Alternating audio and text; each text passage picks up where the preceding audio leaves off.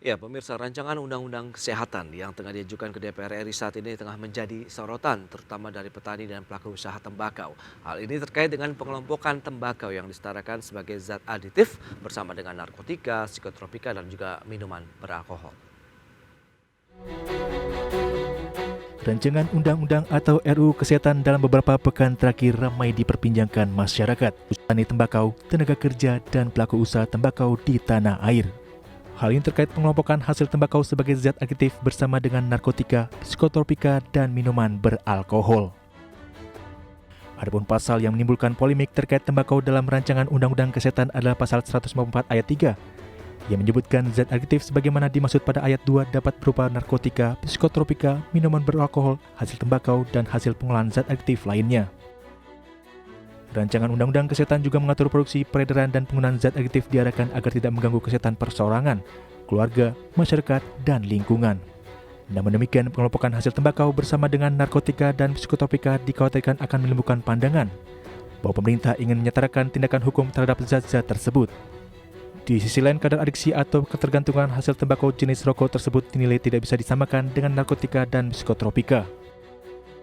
Kementerian Kesehatan beberapa waktu sebelumnya sudah memberikan tanggapan terkait keberadaan tembakau yang disejarkan dengan narkotika dan psikotropika dalam pasal 154 Rancangan Undang-Undang tentang Kesehatan. Penyetaraan tembakau ke dalam zat adiktif dilakukan karena bahan baku rokok tersebut turut menjadi unsur yang dapat menyebabkan ketergantungan bagi pengkonsumsinya. Namun demikian, pengelompokan tersebut bukan berarti tembakau dan alkohol diperlakukan sama dengan narkotika dan psikotropika, di mana kedua unsur tersebut ada pelarangan ketat dan hukum pidananya.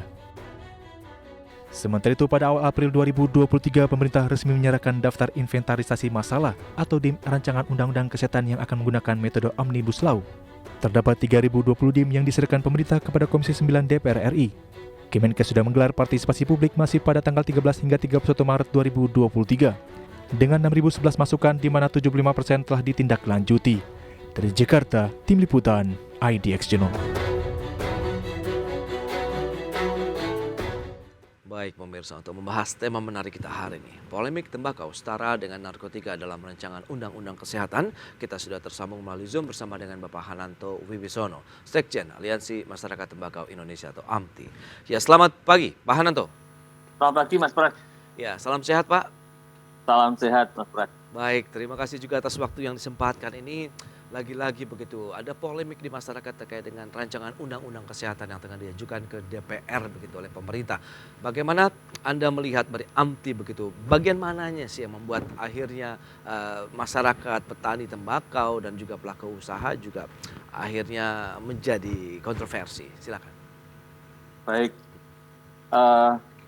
saya pikir kami juga menghormati ya niat baik dari pemerintah dalam hal ini Kementerian Kesehatan untuk bagaimana mengupayakan ada regulasi atau yang bisa membuat masyarakat lebih baik. Tetapi kami juga mohon juga juga dilihat sebagai niat baik ketika kami memberikan masukan ke pemerintah.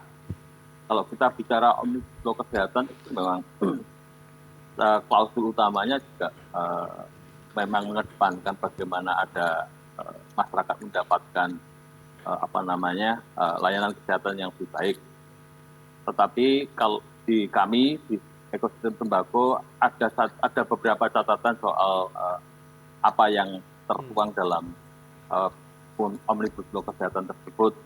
Nah, misalnya adanya pasal 154 ayat 3 soal definisi perluasan zat adiktif. Itu Mas Pras. Jadi kami pun juga mohon juga dilihat sebagai niat baik ketika kami memberikan masukan agar konstruksi atau yang ada dalam pasal-pasal di Omnibus Law tersebut bisa berjalan atau artinya bisa memberikan makna yang lebih positif terhadap masyarakat. Baik, dengan adanya pengelompokan tembakau sebagai zat aditif ya bersama dengan narkotika, psikotropika dan juga minuman beralkohol, AMTI sendiri melihat begitu sejauh mana dampaknya terhadap tembakaunya sendiri yang selama ini memang menjadi salah satu motor penggerak ekonomi nasional begitu.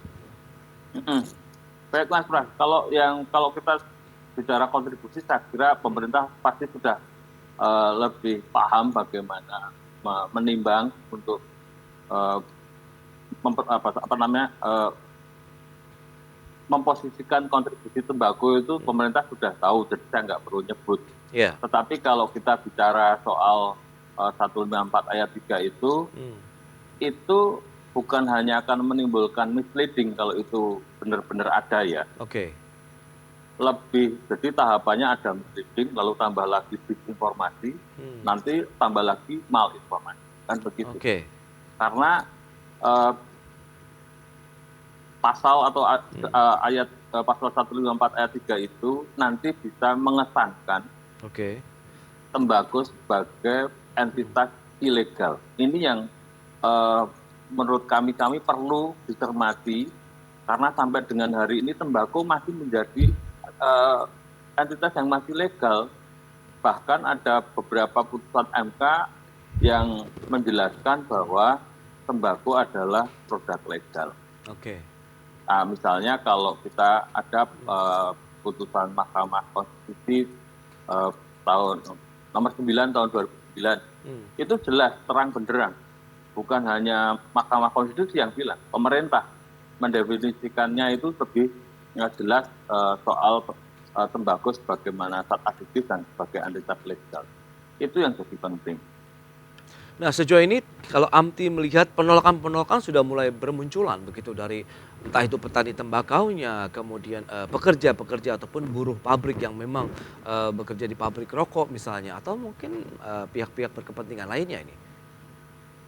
Ya sudah barang tentu kalau kita di ekosistem tembakau pasti akan sangat menolak, karena lagi-lagi ketika tembakau itu dikesankan sebagai produk yang ilegal, itu panjang. Tembakau ini kan mata rantai dari hulu sampai hilir kan satu panjang, kedua serapan tenaga kerjanya juga banyak. Nah ini sudah barang tentu, karena sampai hari ini ada sekitar 6 juta orang lebih yang masih menempatkan tembakau sebagai salah satu upaya untuk menjaga kesejahteraan, di mana mereka pilihan tembakau sebagai mata pencarian mereka untuk menuju kebutuhan mereka dalam sehari-hari. Oke, itu dia menjadi bagian daripada kehidupan masyarakat begitu ya. Betul. Baik, nah dalam penyusunan rancangan undang-undang kesehatan ini begitu, dengan kaitannya dengan tembakau, apakah memang teman-teman dari pelaku usaha, petani dilibatkan atau tidak sih sebenarnya? Nah itu lagi-lagi yang kami juga sayang gitu ya. Kok kami juga nggak dilibatkan. Sementara kalau dari basis informasi yang dicatatkan Aliansi Masyarakat Tembakau Indonesia, konon katanya Kemenkes sudah melakukan semacam hearing gitu ya, yang melibatkan 72.000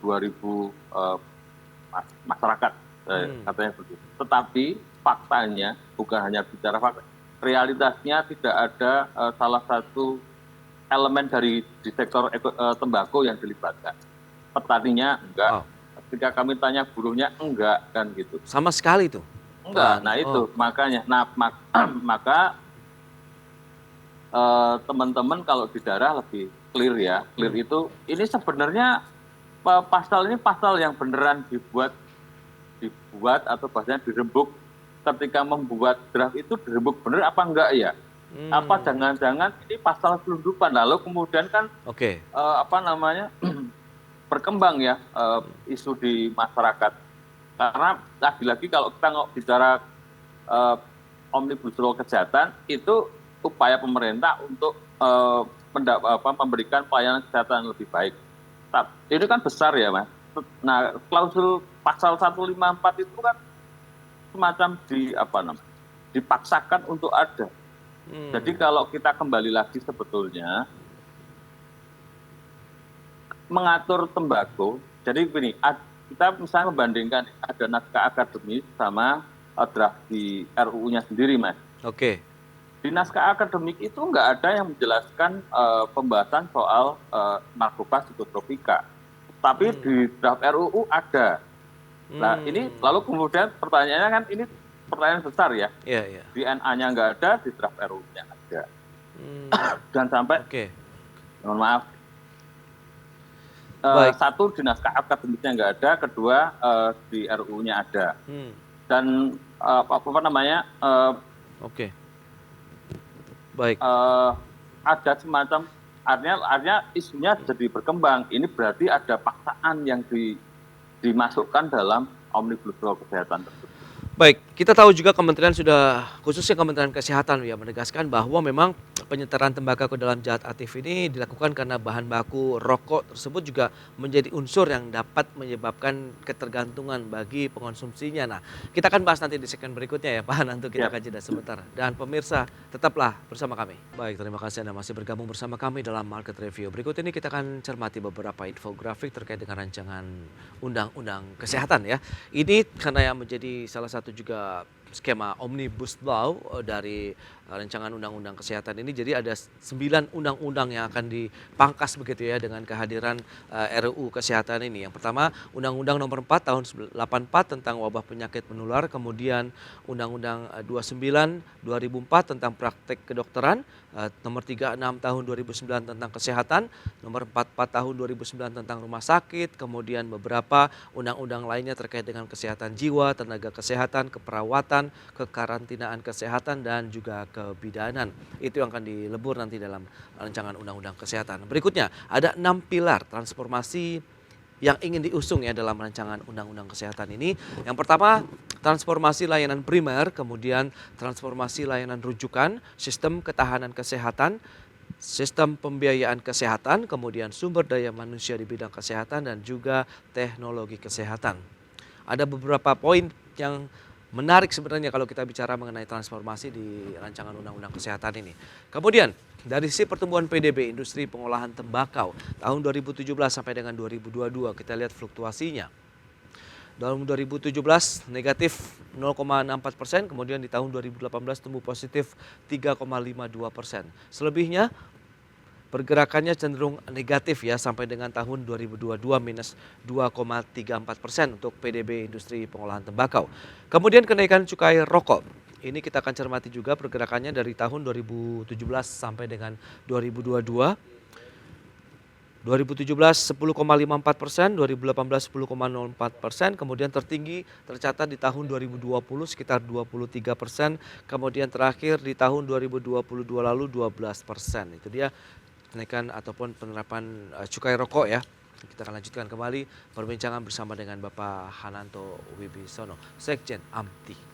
Ya, Pak Hananto, kita akan lanjutkan kembali. Kalau kita cermati dengan beberapa rancangan undang-undang kesehatan ini kan ada 6 pilar transformasi yang sebenarnya cukup oke, tapi yang sebenarnya menjadi krusial dan ini juga yang akan menjadi pembahasan di DPR nanti akan fokus kepada pasal-pasal yang sangat krusial seperti 154 pasal 3 ini. Anda melihat karena pengelompokannya ke dalam zat adiktif bersama dengan narkotika, psikotropika, dan minuman beralkohol lah yang akhirnya ini dipermasalahkan banyak pihak di sektor pertembakauan Indonesia. Benar, nah, karena ya sekali lagi itu pastinya akan lebih mengesankan tembakau sebagai entitas ilegal itu kalau itu dipaksakan. Oke. Dan kalau undang-undang kan juga sudah diatur ya, misalnya psikotropika Undang-Undang 35 nomor tahun 2009, lalu baru itu ada Undang-Undang Kesehatan nomor 36 tahun 2009 yang mengatur tembakau.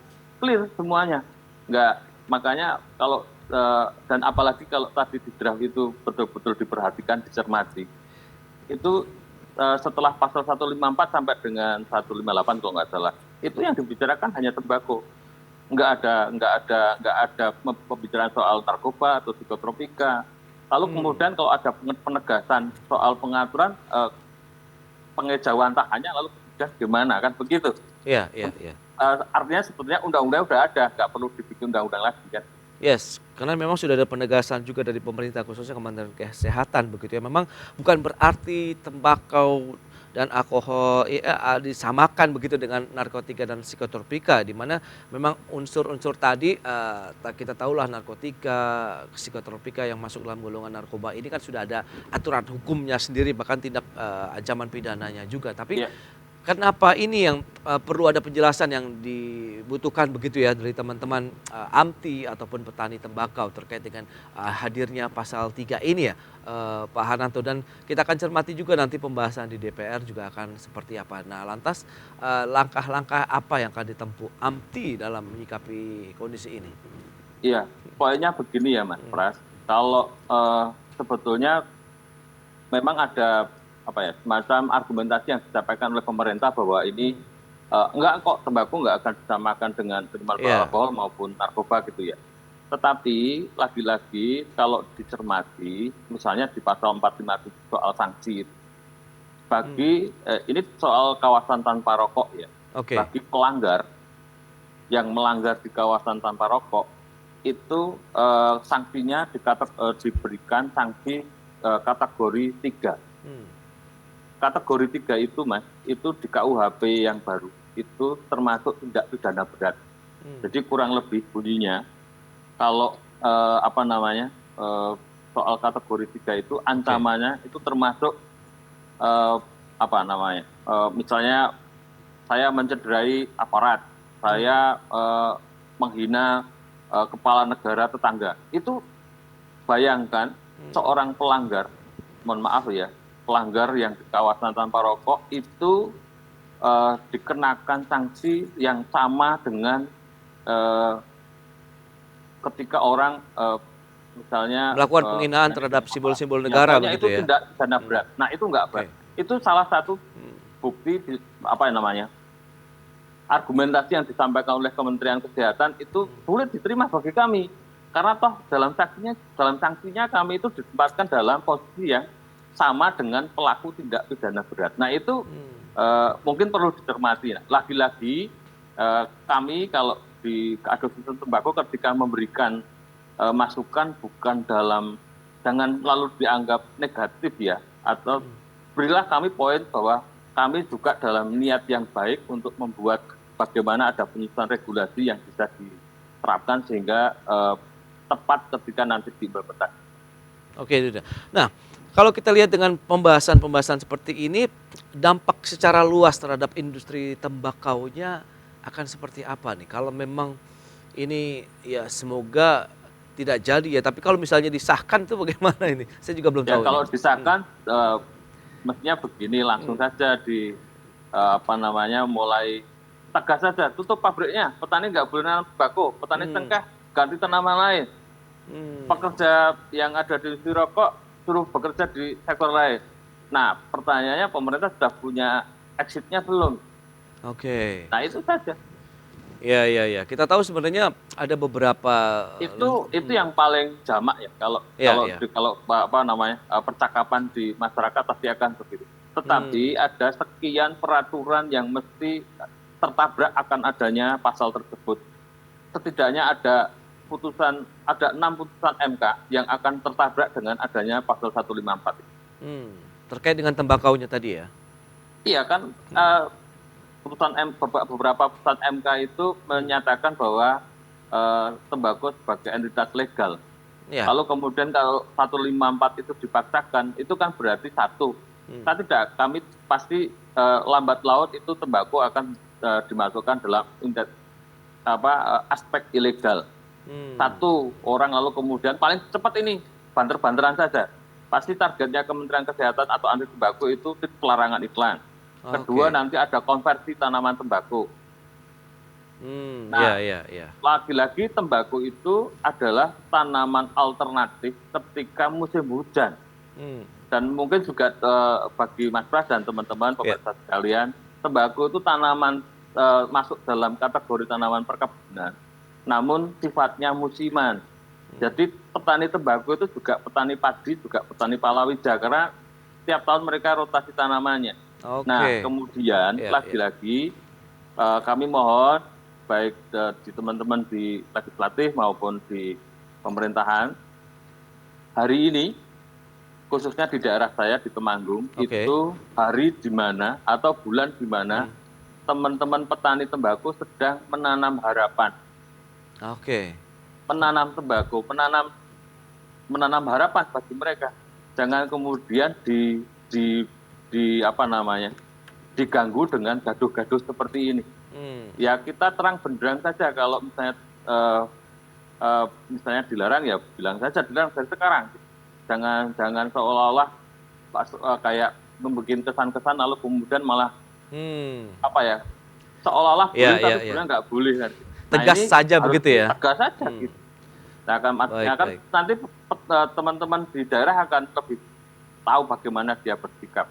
Bahwa kemerdekaan memilih komoditas itu masih dijamin oleh undang-undang juga. Baik, itu dia. Semoga nanti ada titik temu juga, karena kan ini juga masih dalam pembahasan begitu ya di DPR, dan semoga juga mungkin masukan-masukan dari AMTI kepada DPR juga bisa diterima lagi dalam proses pembahasan ini. Baik Pak Kami Hananto. harap demikian. Ya. Baik, terima kasih banyak ya Pak Hananto atas sharing yang Anda sampaikan juga ini kepada pemirsa pada hari ini. Selamat melanjutkan aktivitas Anda kembali dan sampai berjumpa juga kembali Pak Hananto. Ya. Terima kasih. Salam sehat. Ya. Baik pemirsa, demikian perbincangan kami bersama dengan Bapak Hananto Wibisono, Sekjen AMTI, dan sudah 1 jam saya Prasetyo Wibowo menemani Anda dalam program Market Review. Saya bersama dengan rekan-rekan kerja yang bertugas pamit undur diri. Terima kasih dan sampai jumpa.